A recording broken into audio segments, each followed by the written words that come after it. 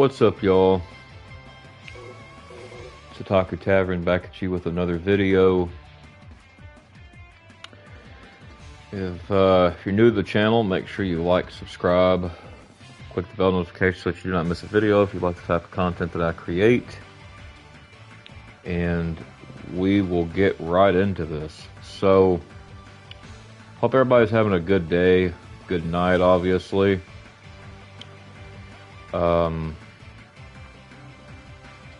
I want to talk about something, that obviously just happened. It's hard to believe, honestly, but I mean, here we are. So, anyways, the PS2 has now turned 26 years old, y'all. 26 years old.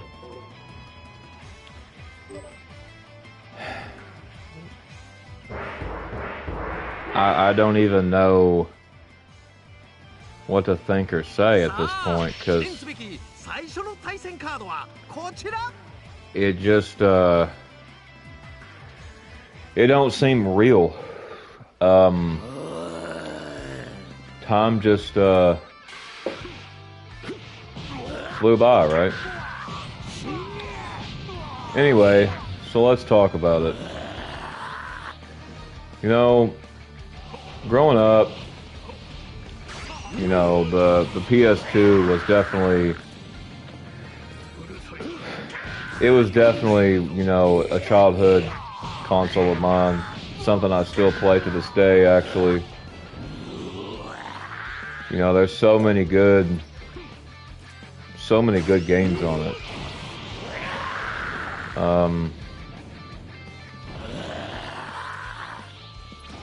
There's, you know, a lot of good games obviously on the PS2, but, you know, I kind of want to talk about some of them here momentarily. You know, there's a lot of good otaku culture games on there and whatnot, so anyway, it just really makes me think, you know, about how I've said before, like, times were simpler back then, and, you know, I just really miss these days. But anyway, you know, the PS2, the thing, like, one of the things about it is, like, you know, this was back in the day, you know, it was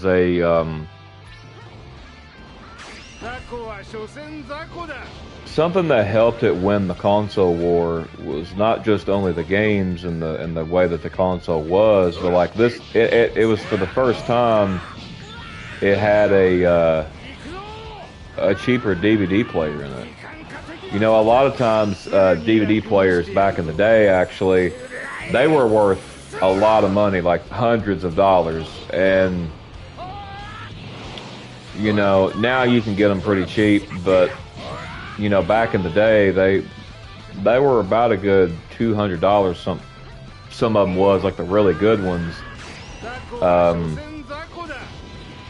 But it's like, you know, the PS2 played, like, discs and stuff fine, you know, as far as DVDs go, and, you know, that's one thing that helped it, you know, win the console war. And, you know, like, I didn't really use mine for that, really, but, you know, because I used it as a gaming console, obviously, but,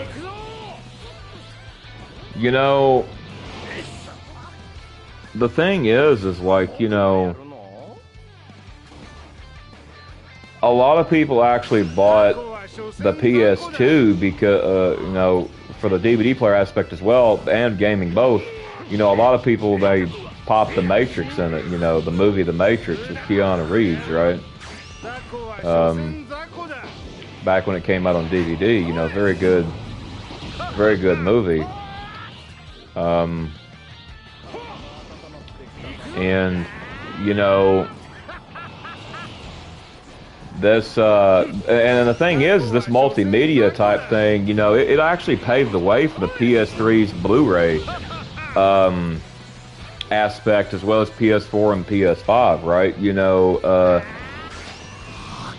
so it was, you know, it was very, very smart on Sony there. But like, you know, the PS2, I have a lot of good fond memories, you know, and the thing is like the PS2's CPU as well was really good, you know, for its time.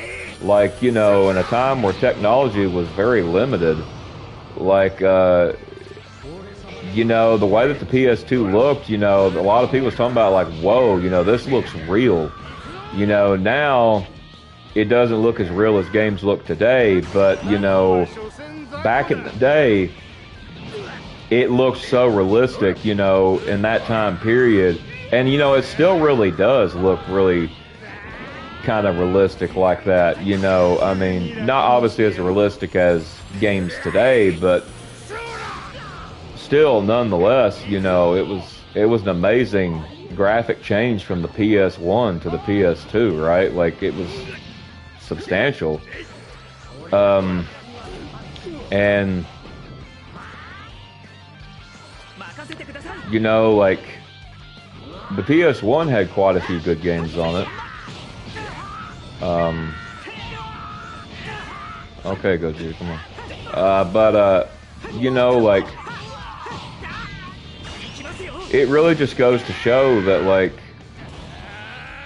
time really passes, bro. Like, you know, and, you know, I guess since I'm playing Sparking Zero right now, I guess what we will talk about is, you know, where did this game get its name from, right? That, you know, a lot of people actually don't know that. So basically, this game here is actually just Budokai Tenkaichi 4, right? And Sparking Zero is what Budokai Tenkaichi is called in Japan, obviously. So the Japan, they get like all the cool names a lot of the times, and then like the US will use different names. I mean, Budokai Tenkaichi is pretty cool, but I prefer kind of Sparking Zero since it's what it's called in Japan. But, you know, it really goes to show that I just I don't know, like it's just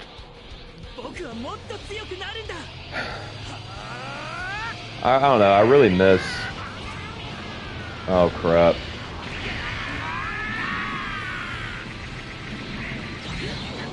Gotcha. Okay, but you know, it's just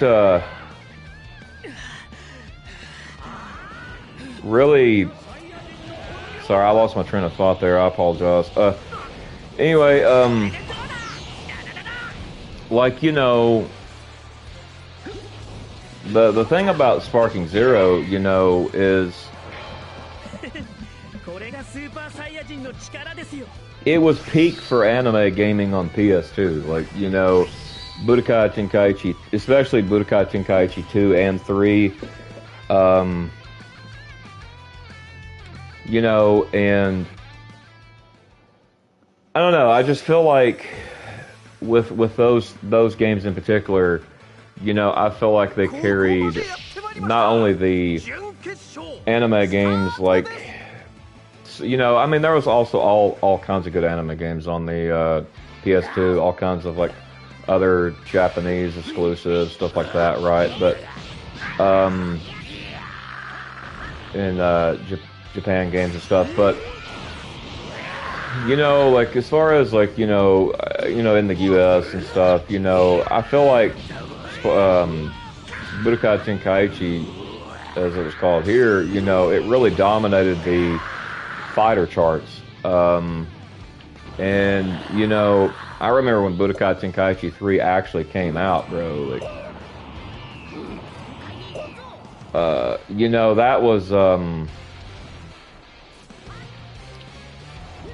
that was quite the day because, you know, I remember, you know, I was looking forward to it, and I know a lot of other people were, but like, you know, it's just, time really flies, y'all, like it really does, and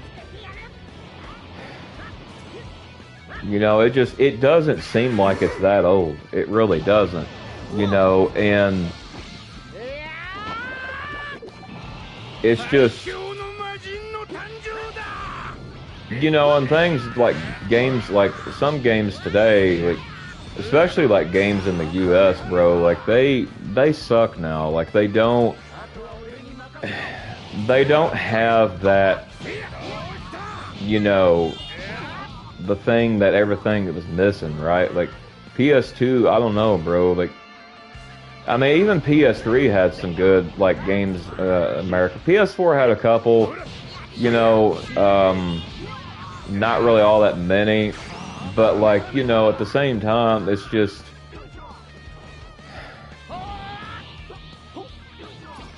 I don't know, y'all. Like I just, growing up with the PS2, it was, you know, it was really,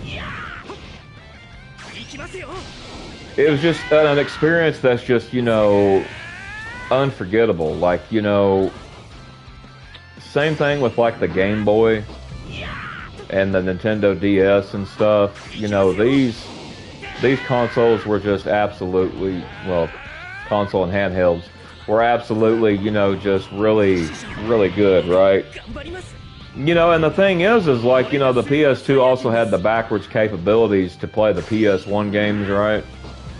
So it's like, you know, not only could it like play DVDs and crap, but like, you know, and music CDs too, but like at the time, like, bro, this thing could play PS1 games as well, bro, as the new PS2 games at the time. And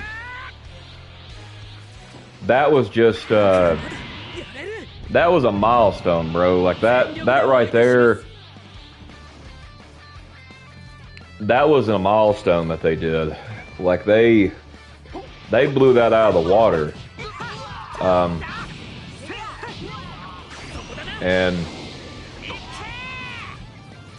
it's like, you know, it makes you wonder if PS2 will ever be passed. I mean, honestly, I think it's possible. Nintendo has come really close to this. It was either like the Switch 1 or maybe like the Switch 2 they're claiming, but that's almost surpassed it.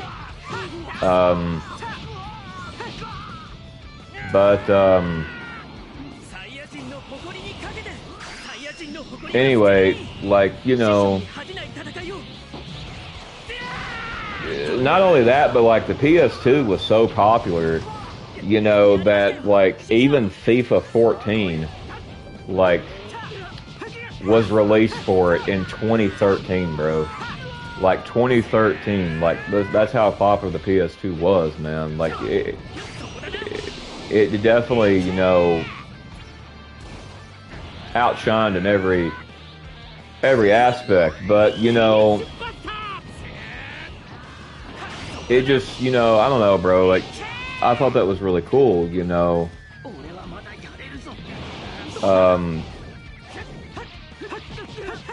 But anyway, one thing I want to speak about is, you know, we had like other games on there too, like other Otaku games. You know, Dot Hack was some good ones, right? You know, those were really good actually, and you know, also like there was, you know, a lot of Japanese exclusives as well that were pretty good. And you know, I don't know if you know this, but like one game is Rule of Rose, right? And you know, this game can literally go $500 to $700 today. That's on the PS2, bro. You know, another notable of this is Xenosaga. You know, the third game itself is pretty expensive. They're all very good games, though. You know, and another one, you know, Super Robot Wars, right? You know, that the one on the PS2, you know, most of the time that's often considered like one of the best in the series. You know, it pretty much brought together like, you know, Gundam, Mazinger, Eureka 7, Code Geass, basically into one game, like one strategy, you know, thing. Like, it was just, I don't know, it's really cool. And, you know, like, obviously there was like the licensing nightmare that kept like a lot of these Japanese exclusives coming to the West. Super Robot Wars is pretty good. I want to get Super Robot Wars Y. I know Rosa's got it. But at least I think. I could be wrong.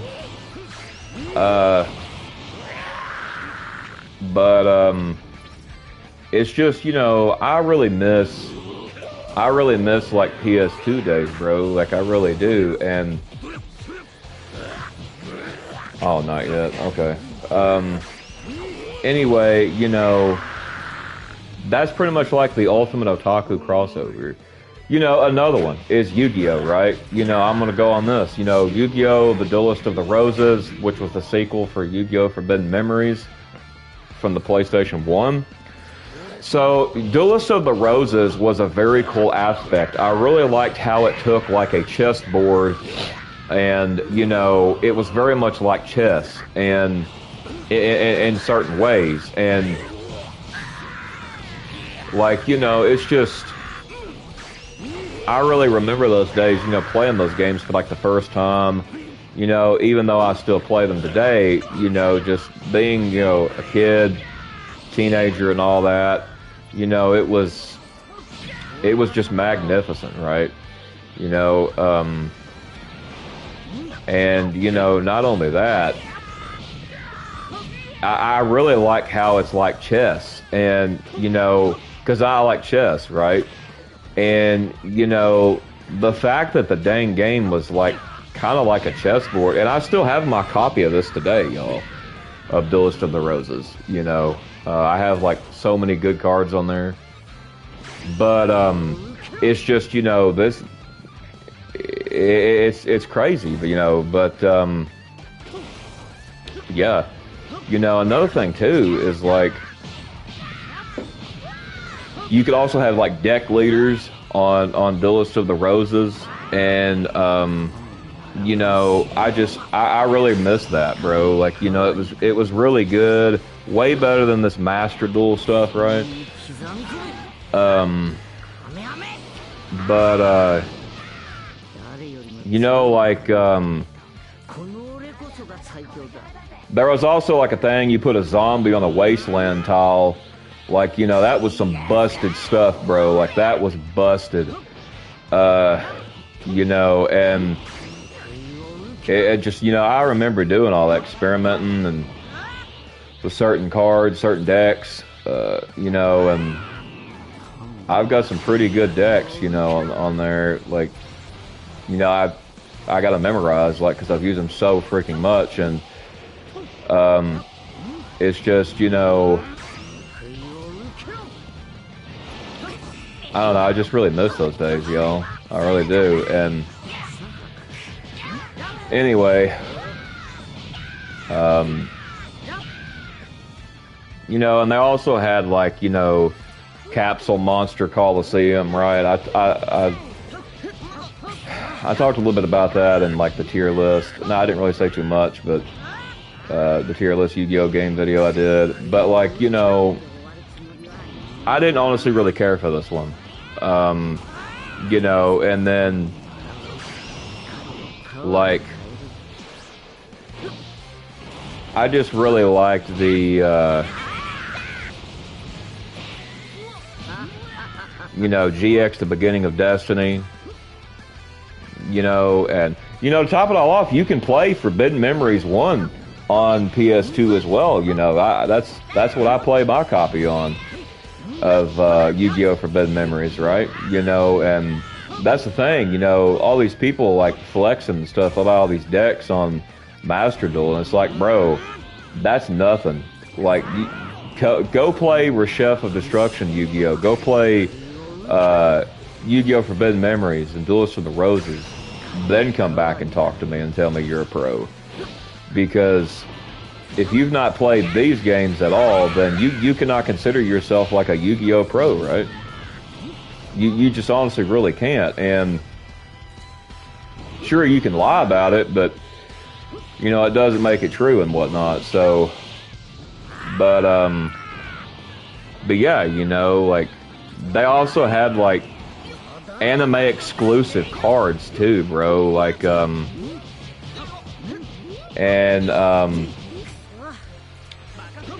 like, what I mean is, like, you know,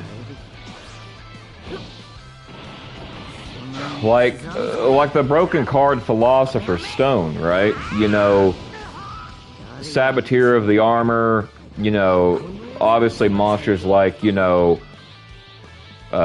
Waking, like from the Waking the Dragons arc, right? You know, these were only playable cards on the PS2, right? Like, they were not on any other game. And, you know, it just, I don't know, I really miss PS2 Yu-Gi-Oh! Days. I really do. But, like, you know, it's not forgotten. And I don't know, I really liked it. So, but, yeah, you know, it's just, you know, I miss that stuff, bro. You know, and another one, you know, that I really liked is, this wasn't an anime game, but it was a Japanese JRPG series that actually gave Final Fantasy a massive run for its money. And it was a game, it was Shadow Hearts, right? And, you know, I still have my copy of Shadow Hearts Covenant. Sadly, I don't have my copy of the New World anymore. And Shadow Hearts 1, I still have not gotten because it's just so expensive. But I plan on getting it to play it. But these games here are basically a Gothic style JRPG. You know, there was also like one similar to this on the PS1.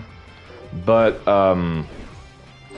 you know, like, these games were so good, you know, like, the story was amazing, the story was great, the enemies were cool to fight, the characters were really good, you know, the females were hot, all of this stuff, and basically it's like it takes place, you know, like, it's kind of like a supernatural version of World War One.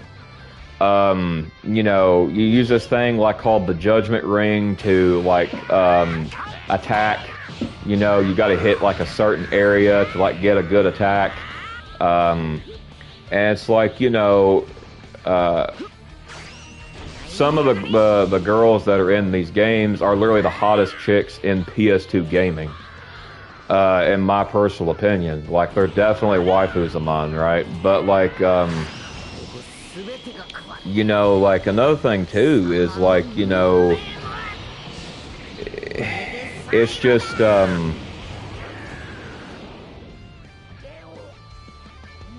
it's like, you know, the third one, you know, was kind of like about these two, like, this Indian chick and then this Indian guy, which were really cool. I really liked that aspect. I thought it was really wild, like, really cool. But like, you know, maybe sometime I can, when I get like a capture card, I can actually stream these games, you know, from PS2 days, and you know, we can kind of just talk about them and stuff. You know, sometime I'm hoping to do that. I'm on the hunt for a capture card, so like a good one. So anyway, you know, like these games were just really good. You know, Shauna, you know, the Indian girl, she had like these fusion things she could do to where like turn into these like monstrous creatures with like anime aesthetics, and then the character from Shadow Hearts 1 and 2, the guy character Yuri, he could do the same thing, just way more overpowered, right? And you know, I really relate to that guy a lot. You know, he reminds me a lot of myself, and you know, like it's just like, you know, there's a lot of things. I may make a separate video on that actually sometime. But like, you know, but yeah, you know, another one is like, you know, Steambot Chronicles, right? And, you know, Gungrave Overdose, you know, that's a pure anime spectacle.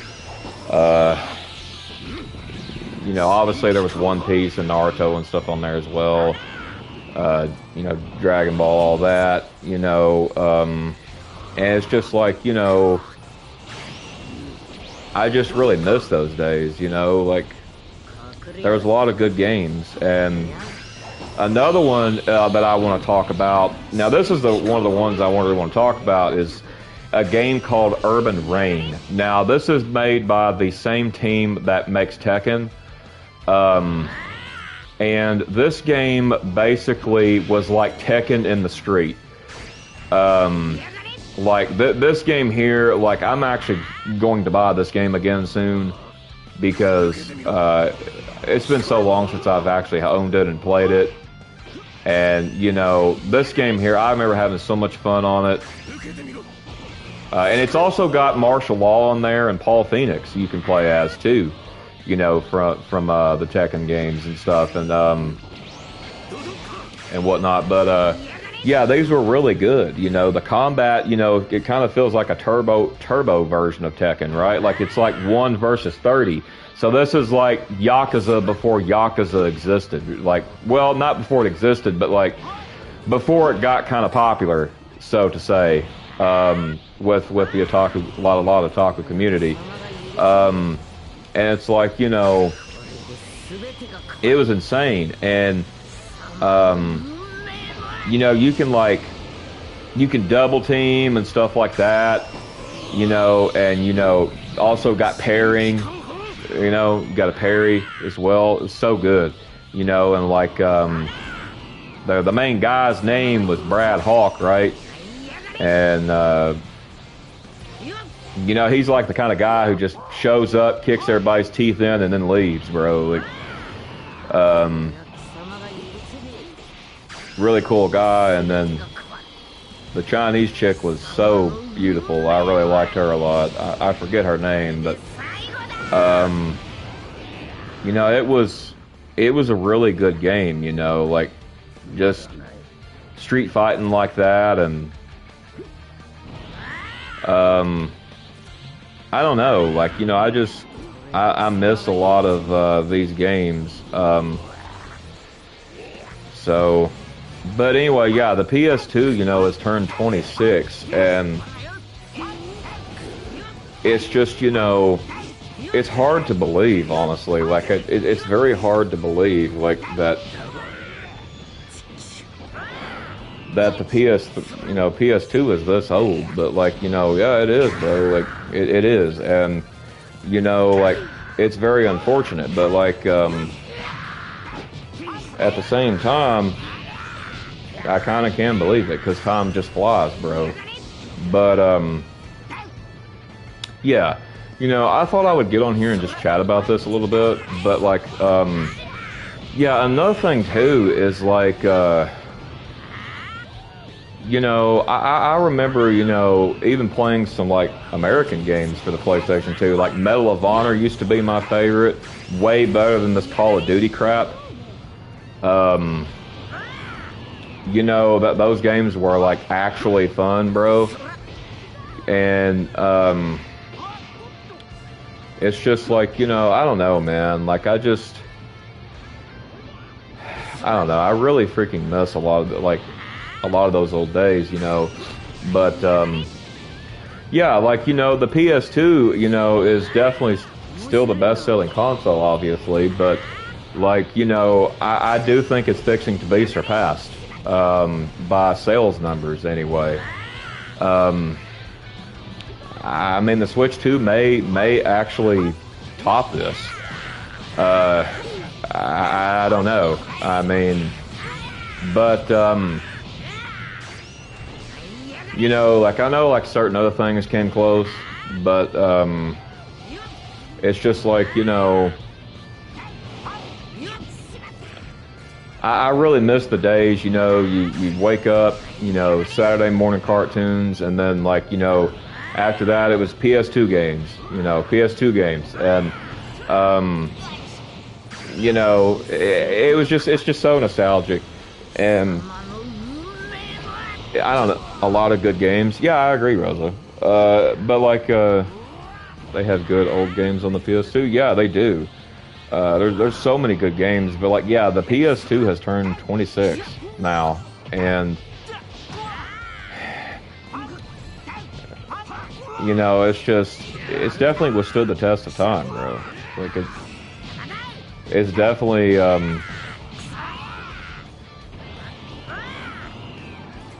definitely still a very good console and whatnot, but you know, anyway, I thought I would get on here and kind of just talk about this, kind of talk about a couple of the games, you know. So like, you know, I plan on doing like a separate video, like going in depth with these games though. But like, you know, yeah, if you like this type of content, you know, make sure you give it a like, subscribe, all that if you're new. PS2 was my first main console before the GBA. I was 3. Yeah, the GBA, yeah, I plan on making one about that too, a video. That one there is very nostalgic for me. I actually still have my GBA Game Boy SP. It still works.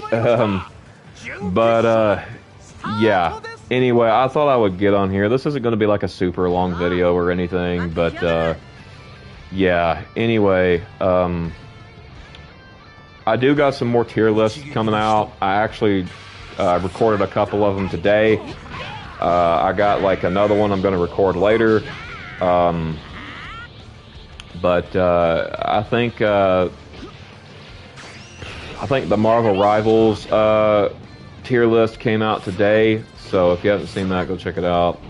The Marvel Rivals like wife tier list, if you like Marvel Rivals. But yeah, anyway, I guess I'm gonna end this one here.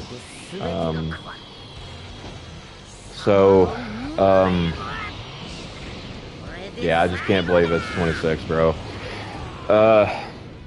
Anyway, y'all take care. And, you know, if there's any topics or whatnot that you would like me to talk about, feel free to comment them down below. You know, feel free to reach out. Tell me if there's something you'd like me to talk about. And, you know, yep, that'll end it for this one. So I will see you all next time.